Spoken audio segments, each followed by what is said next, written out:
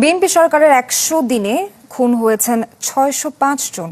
নির্যাতনের শিকার ৩,৫০০ নারী শিশু। বেড়েছে চুরি, ডাকাতি, ছিনতাই সহ নানা অপরাধ। গবেষণা প্রতিবেদনে এ তথ্য জানিয়েছে টিআইবি। সংস্থাটির মতে ইতিবাচক উদ্যোগ থাকলেও দুর্নীতি প্রতিরোধ ও জবাবদিহি প্রতিষ্ঠায় উদ্যোগের ঘাটতি উদ্বেগজনক।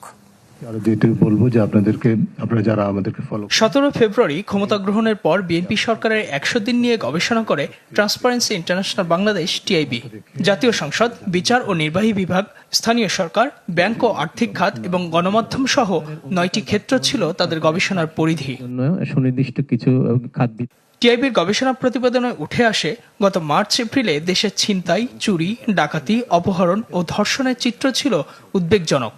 টিআইবি তাদের পরিসংখ্যানে দেখায়, গত মার্চ ও এপ্রিল মাসে খুন হয়েছে ৬০৫ জন, ছিনতাই ২৯৪টি, চুরি ২২১৪টি, নারী ও শিশু নির্যাতন হয়েছে প্রায় ৩৫০০, ধর্ষণের ঘটনা ৭৮ থেকে ১০২টি, শিশু ধর্ষণের ঘটনা ৪৯ থেকে ৭১টি, গণপিটুনি ও মব সহিংসতা ৬৯ থেকে ৮০টি।